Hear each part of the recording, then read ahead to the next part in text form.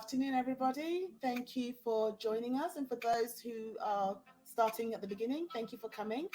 I hope you guys enjoyed the break. I've got some great stats. 70 networking meetings took place today. We've had over 200 guests and also 200 chat messages that I've spent the last hour reading. Thank you so much, guys, for your interaction. We're now going to start our next panel, which is going to be exploring the fashion tech ecosystem. It sounds like I've got an echo in the back. I don't know what's going on, but I'll continue. I want to welcome to the main stage Fabio Montagnino, who's the director of the Innovation Cyprus Institute. Hopefully I said that right, Fabio. Christian Kunz is director, plug and play brand and retail.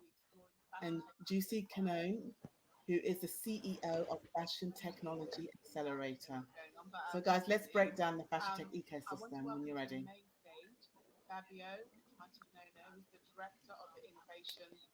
Hi, everybody. Hi, happy to be here, Muchaneta. And let me just... Okay, is it gone now? You guys hearing me okay? Yes, we hear you. Yes. There was an echo, but it's okay. Okay, yes, do you know what it is? I was on the main stage earlier and I left it on, so you couldn't hear myself echoing in the background, but sorry about that. So let's begin. Hello, how are you this afternoon? Good, thank you. Good, happy to Doing be here. good. I'm okay. Yes. Great to be here as well. Christian, I know you, Giusy. We've known each other for a few years now. Yep. It's quite nice to be on a panel with you. So let's dive straight in.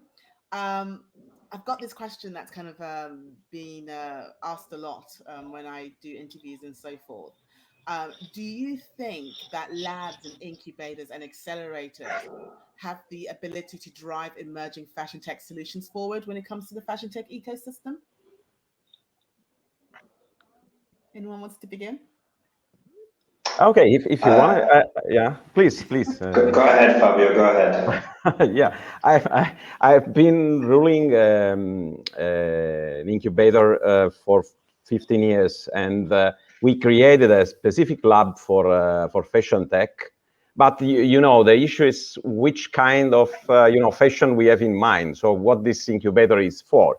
So the issue for me is not creating spaces and platforms, but is to understand the kind of challenge we are addressing. So we tried, let's say, to merge tech with significant changes in the society. So to use technology in order to, let's say, face the upcoming challenges we were going to face. We started 10 years ago. I mean, now it's clear to everybody that this is a tipping point of our society. So if you want, I can expand about this, because this is the main problem. We have to serve.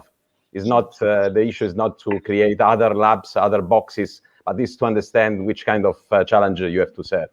It's what we call zeitgeist, so the vision of the world. We have to understand and share a vision of the world, and fashion has been growing in a way which is not sustainable. So we need incubator and accelerator to make it sustainable, according to me, socially and as for the environment. This is the main challenge, and we have to set up new platforms with new ideas for that. Do you agree, Christian? Yeah, I mean, I think, hi again, everybody, great to be here. I think in general, these institutions, they provide an environment for these entrepreneurs to really meet, learn from each other, and really get all the tools that they need to foster the development of whatever project they're building, whether it's just an idea or whether it's already an existing business. However, I think and afterwards up to the incubator, the accelerator, the lab to really ensure that they're providing meaningful service, not just service to provide service. In general, the tech ecosystem is getting busier and busier by the week, and there's a lot of people offering a lot of different things. So it's up to the institutions themselves to provide things that are actually going to help the startups, rather than confuse them and bring into many different things that are working, because they can be very useful. They can really drive forward these businesses. They can really help them get to the stage where they could, have that impact in the existing fashion industry. But it has to be done in the correct way, not just saying I'm building something to build something, but really with a meaningful objective behind it. I think that's usually the kind of mistakes, well, companies or startups used to make at the beginning, was doing tech for tech's sake, or doing tech that they want, but not taking into account, the general population, whether they want it. I mean, would you say you found this? Like, how do you find your way through this? Like, is this for tech's sake? Is this something that people need? Or is this something that person who's designing it needs, but everyone else really doesn't need it? I mean, how do you kind of waft through all that? Shall I go? You see, why not? Yeah. Okay. No, I mean, to quickly answer your first question, definitely, I think that having the objectives aligned between accelerator and startups is fundamental. As indeed, and this answers also your second question.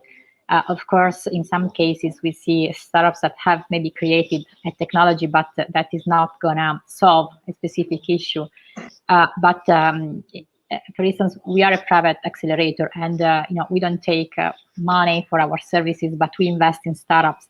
So we invest only if we believe that there is a potential market success of startups, and for sure, the market success is determined by the ability for the company to solve a specific market gap and a specific issue on the market. So I agree with Fabio and Christian that, of course, those type of labs, accelerators, incubators need to have a specific purpose. And from what I've seen in my experience, being very vertically focused on a specific industry can really add a lot of value in terms of connections that you can bring on the table, lessons learned, and sharing of practices among the different startups, connection with startups and corporations. So I think that this is a very important point. So, what areas do you think aren't being addressed when it comes to fashion tech ecosystem offering new opportunities for startups? When you say sectors, yeah, you say industries. I beg your pardon, I didn't quite catch that, Fabio. What did you say? I mean, when you say sectors, means the kind of industries or the kind of impact you want to generate. What do you mean with sectors? I mean, it's. I was asking in terms of the areas that are not being addressed when it comes to the fashion tech ecosystems, like the new opportunities that are maybe should be offered but aren't being offered, or maybe we're not at a stage where we can offer them at this moment in time. Are there any areas that you think are not being addressed at the moment when it comes to startups? If we go with the same sequence, I will start. I think that we should be more, let's say, transdisciplinary. What is missing usually when a startup is starting from, let's say, tech, a scientific discover, a tech background, they should absorb whatever else you need to grow and to understand your environment. So we need to bridge, we need to include, and that means that we have to redesign our platforms. It's not just a matter of giving them financial help or to open them a lab. It's to put a system together which might be totally out of the idea that you have let's say a brick and mortar approach, that you give just the space. And multidisciplinarity, or better transdisciplinarity, is the key of what we should, the way we should serve nowadays. Do you agree, Giusy? Yeah. In my experience, also I think that most of the labs and accelerators focuses on the digital space or new business model space. Also, in our case, the area that is not covered extensively is more like the hardware side of it. So if we talk about new materials, new textiles, which are also very important in terms of sustainability, or like new processes based of on like energy reduction and so on. Of course, this is much more difficult. And I don't know if you read probably the report by BCG about sustainability. There is a very big financial gap to finance those type of innovations, which unfortunately, it's it's quite difficult for like private investors, small private investors, to finance those type of innovation. So I think that this is a clear gap in the market. Any thoughts, Christian? Yeah, I mean, I think I agree with both points that were brought. I would say that for me, the question is really what isn't being addressed. I think almost every kind of support that a startup needs today exists in the market, whether it be financing, identifying the value proposition, growing the team in the best way, connecting with key clients. It's more a question of where are these services and how can the startups access them in the best possible way. And so these platforms, I think, when they build themselves, they have to focus on a specific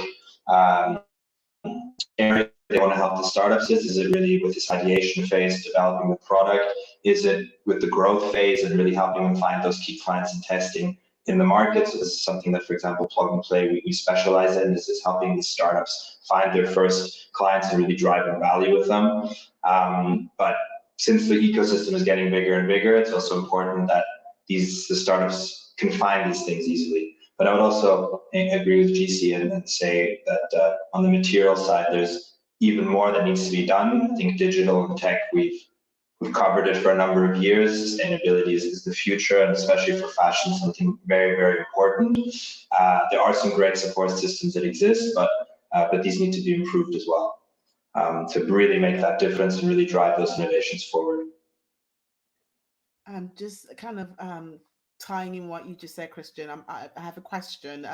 When it comes to incubating, developing and supporting fashion tech businesses, do you think that fashion tech ecosystems can be challenging for traditional fashion companies to navigate around? Oh yeah, definitely. I mean, these companies aren't inherently technology companies. There's a lot of uncertainty around which technologies are really going to have that impact and really going to be meaningful for them to invest in, and which are, let's say, just a fad that will pass. But the fashion tech ecosystem, like any innovation ecosystem for any other industry, it's also very busy with different value propositions. So it's also a challenge for them to identify the correct ones for them to work with, depending on what stage of maturity they're in. Are they ready to implement startups, or are they still trying to set up that internal structure to absorb it? That really depends on how these companies are in their level of maturity when it comes to working with innovation. But at the end, the traditional fashion companies are still the key drivers of the industry. They're an essential part of the fashion tech ecosystem, even though they might not be technology companies, especially for B2B solutions. They're essential to their survival and to grow. So the ecosystem also needs to do what it can and adapt in the best possible way, so that the fashion companies can move forward, move the needle forward, and really engage more actively with technology. In your experience, guys, when is a startup ready? When would you say that it takes? Like, does it take 3 to 4 years? Does it take 1 to 2 years? Has it taken 5 to 10 years? Because I feel like when it comes to investing, a lot of investors really believe that it should take a certain amount of time in terms of getting return on investment. But it really kind of depends a lot. No, I mean, in your experience, how long on an average does a startup before it's ready for to collaborate or to work with traditional fashion companies? Well, it could be a short time if you have a solution which is fitting into a specific need which is already clear. So companies, for, let's say, making the system more efficient, for example, the digital ones, those could be ready in a very short time. It could be 1-2 years. But I think we need companies which are making the system more effective, not more efficient. So they are changing the foundation. This could take quite longer time, and we need other tools. It's not just exposing them to the existing companies, because it might be they are bringing a deep transformation, and they need another kind of environment to grow. But it's worth to grow. It's the same you have in drug discovery. It's a long term, because you are facing a big challenge and you need time. So we have to find a way to support both, probably. But personally, I'm more interested in helping those who are really switching the system, more the ones they are just helping the system to stay as it is.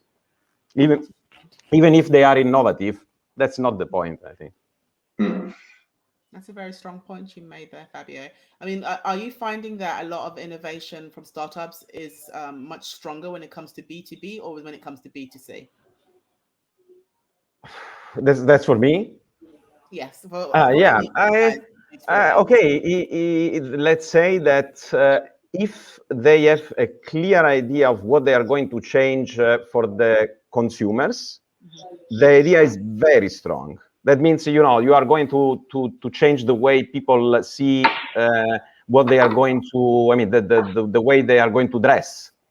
So you are changing the culture. While if you are just addressing an industrial problem, you are, let's say, waiting others are identifying the problem. So I think that in terms of disruption, let's say, going to the consumers, even if you go through the chain, it's quite more disruptive. Yeah, I agree on this. B2C is definitely, I mean, there is more room for disruption, and you know, I think that also, you know, most of the unicorn that we have seen in the last years have been in the B2C environment. So with all the marketplaces, rental, secondhand, and so on. But yeah, another interesting point I think about when those startups are ready, I think that in the B2B it can be also very interesting to actually in some cases co-develop a new solution with a company, because of course, you know, develop the solution according to the actual customer B2B customer need is very important also to guarantee the success of the solution. So there is not necessarily a time span that has to be there, but I think that co-developing can shorten then the time to go to other corporates, also because you have the first test with another client, and that you can use as a signal of reputation with the other B2B customers. Any thoughts, Christian? Yeah, I mean, I would agree with what's been said already. I don't think there's a rule. I think we're using Hopin for this platform. It's the best example. It's a startup created June 2019, and they've already raised, I think it's north of 100 million in less than a year, or a little bit more than a year, just because they have at the right time with the right solution. So there's no rules to it. I would agree that when we're talking about B2B solutions, most of the successful ones that we've seen are actually coming from people that have worked in the retail or fashion industry before, because they actually know that there's an issue, they know there's a problem, and they go out and they build a technology to address it. And like that, if you have that, you're already skipping the step of essentially saying, is this really a problem? Because more often than not, they've actually identified that the problem actually exists, and that accelerates the development. But yeah, overall, it can take 5 years, it can take 6 months. It just depends what your technology is, and then how you're presenting it, and what the climate is for it. Okay, so let's move this topic on to breaking down barriers. Looking at the merge of fashion with technology, how do you think we can encourage the fashion industry to also play a role in investing in fashion tech startups that have great solutions, but the industry is not really responding in a way that I guess they should? And I mean, if it was, let's say, a big business and a startup, and they have a great idea, how can I get that big company to listen to my idea and to kind of invest in it? Well, co-design. Giusy was mentioning the co-design. I think that co-design places are one of the key tools for that. You have to put the different players together in a place, and this might be done through living labs or other tools. So there are many frameworks to do that. But you have to not to bring them, in the late stage, just saying there is this very interesting thing.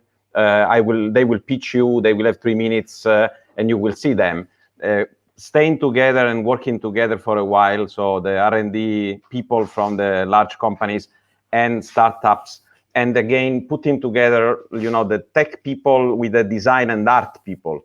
This is the way to make really, new things, because you have the drivers. You have more than one driver. You have not just the discovery in a material science lab, but you have also, the art vision. So, and this is happening in the same time.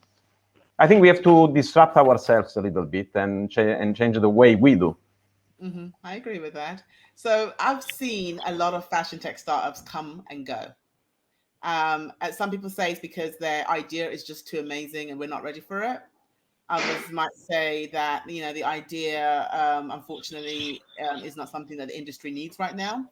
What are your, what advice would you have for a new startup to remain, I guess, in business and not kind of give up and fold and, and no longer exist? Have you got any advice that you'd give to startups to kind of keep them in the game? Well, I mean, one point is to, stick to the market needs. And I mean, we were talking about fashion corporates investing in startups, but that is not necessarily effective, as in some cases, if you have a B2B solution and there is a fashion corporate that invests in your solution, there might be some conflicts for the startups to scale. So this can also be an issue. So I'm personally more positive about investment coming from maybe fashion tech players such as Farfetch, Muchaneta, Porter, and so on, that can do like more strategic investment in terms of tech, because we know that the technological R&D is not in the fashion corporate. It's a different topic if we talk about maybe new textile. If I am, I don't know, a company that really focuses on cashmere and I find a new way of producing cashmere more sustainable. But yeah, in some cases, also to link with the previous question, I think that it's not necessarily the right path to go for startups. In terms of suggestions, I mean, being very conscious about the fundraising strategy, which is fundamental. So setting up a path that keeps a trade-off between raising money, reaching goals, get like the right dilution. It's very important, because this is not a game where you raise money once and then it's done, but you need to be constant in your fundraising and really set this up since the very beginning. Any other advice from Christian or Fabio for startups? Yeah, I mean, I think the key one is really to identify a real business need in the industry, something that is that people actually want, especially on the B2B side, and even on the B2C side as well. If you're developing something, you don't really have the insight of whether people want it or use it, then it's not going to go very far. We always also tell the startups that we work with is, we always expect corporations to be agile, and they should be. And this is, I think, nowhere more true than in fashion, where they have been very successful doing the things the way they've done them for a very long time. So they have the confidence that the way they're doing things can keep going in a lot of times. And so it's also up to the corporations to be more agile, to accept working with technology startups, but it's also, on the other side, up to the startups to make it as easy as possible for these companies to work with them. Not make the integration too complicated, present very specific things for each different corporation that they work with, so that it makes it easy for them to make the decision. Because we're talking about B2B startups, they'll survive whether or not they get clients. That's the only way. They can raise as much money as they want, but at some point they're going to need to have the clients to push them forward. So you're basically saying they need to learn to speak their language. Absolutely, yeah. It goes both ways. It can't go just one way. We have startups that think the corporation needs to adapt to me because they need to change, but that's not the right mindset to really launch a successful collaboration, I think. I have one final question for you guys. When it comes to the European emerging fashion tech ecosystem, who are the most shining stars on the scene for you right now? So this is a great chance for you to shout out those names that are doing great things in the space. Anyone want to start off first? I will make a promo of. I mean, in another panel there are two fantastic girls. I suppose they will be rising stars. They are developing, and this I'm in love with them. It's a Hilo platform for regenerating yarns. I think it's a fantastic way to approach, starting from a business model which is not from the fashion, but I think they can impact. Let's say that more than identifying names, people who can see ideas and bring ideas from one sector to the other, they have more chances. So even back and forward, I think they can play a new role in the ecosystem. What about you, Giusy? Any Yeah, no, I believe. Sure. No, I believe a lot in the second-hand industry at the moment, and of course we have seen many huge platforms now. But I think that today is the time for the B2B players. So, for instance, one startup that I like is Reflaunt. Is a company that helps e-commerce brands to have this button where the end customers can simply resell the item through the brand platform. It's very easy, as from what I've seen, the integration and so on. So I think that this can scale the possibility for brands to enter into the e-commerce activity. And what about you, Christian? Yeah, I mean, maybe it's hard to just pick one. There's so many great ones out there today, but I think, there's a lot of startups we've worked with in the past year that are working on the sustainability angle, and it's something that personally I think is very fascinating, and the most important thing of what we do, I think, today is to try to make the industry a little more sustainable. And so some companies like Haptic are creating sustainable materials from wood fiber, which is then also completely recyclable, reusable. Colliderly, who recycle unused clothes to make objects that are usually made out of plastic. So starting with coat hangers, they're still pretty young, but that's I think a really innovative way to solve two problems. The excess clothing, rather than burning it or dumping it anywhere else, and then moving away from normally plastic products. But then there's one I also want to shout out, which isn't sustainability, which is called The Fabricant. I'm sure you've heard of it, but they've essentially created the first purely digital brand development, fashion house. And I think digital fashion is a big part of the future. We've seen great success with Gucci doing it in recent times. So I think they're gonna be big. Yeah, digital fashion is like a rabbit hole. Once you fall down it, that's it, really. You never buy normal fashion again. No, I just want to say thank you to you guys for joining us today. Really insightful information. I know some of those questions were a little bit, picking at the, what to do and how startups should invest and work and so forth. But thank you so much, Giusy. Thank you so much, Christian and Fabio. You gave us some great insight.